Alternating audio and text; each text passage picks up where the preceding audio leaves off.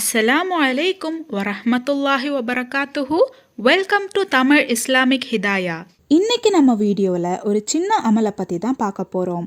இந்த ஒரு அமல் நம்ம செய்யறதுனால இதுவரை பாவங்கள் செய்யாத, இதுவரை அல்லாஹு தாலாவோட கட்டளையை மீறாத, அல்லாஹு தாலா படைத்தவற்றில் ஒரு சிறந்த படைப்பான மலக்குமார்கள் நமக்கு வேண்டி துவா செய்வாங்க. மலக்குமார்களோட துவாக்களை அல்லாஹு தாலா நிச்சயமா ஏற்றுக்கொள்ளாம இருக்கவே மாட்டான். ஏன்னா அல்லாஹு தாலாவோட திருப்தியை தவிர எதுவுமே மலக்குமார்கள் செஞ்சது கிடையாது.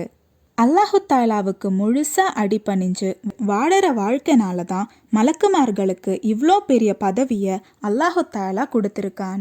அபூ ஹுரைரா ரலியல்லாஹு தஆலா அன்ஹு அவர்கள் பதிவு செய்த ஒரு ஹதீஸ், நபி ஸல்லல்லாஹு அலைஹி வஸல்லம் அவர்கள் கூறினார்கள், எவரொருவர் தொழுகை முடித்த பிறகு அந்த இடத்தை விட்டு நீங்காமல் ஒலுவோடு இருப்பாரோ அவர் ஒலுவோடு இருக்கும் வரை ஒரு மலக்கு அந்த நபருக்கு வேண்டி இவ்வாறு துவா செய்வார்கள்: யா அல்லாஹ், இவர் செய்த பாவங்களை மன்னிப்பாயாக.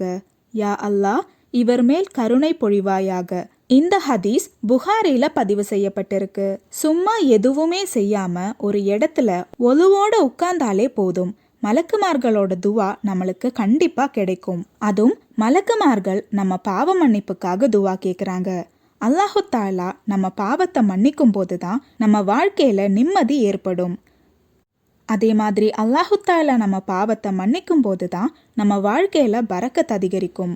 கபர் தண்டனையை விட்டு பாதுகாப்பு வேணும்னாலும் அல்லாஹு தாலா நம்ம பாவங்களை நிச்சயமா மன்னிக்கணும்.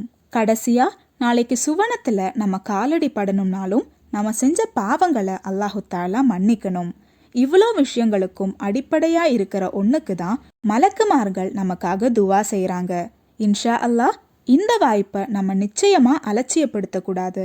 மேக்சிமம் முடிஞ்ச அளவுக்கு அதே இடத்துல உட்கார்ந்து அல்லாஹு தாலா நமக்கு கொடுத்த நியமத்துகளுக்கு சுகர் செஞ்சு நேரத்தை கடத்தணும். அல்லாஹு தாலா நாம் அனைவருக்கும் நிம்மதி நிறைந்த வாழ்க்கையை தந்து அருள் புரிவானாக.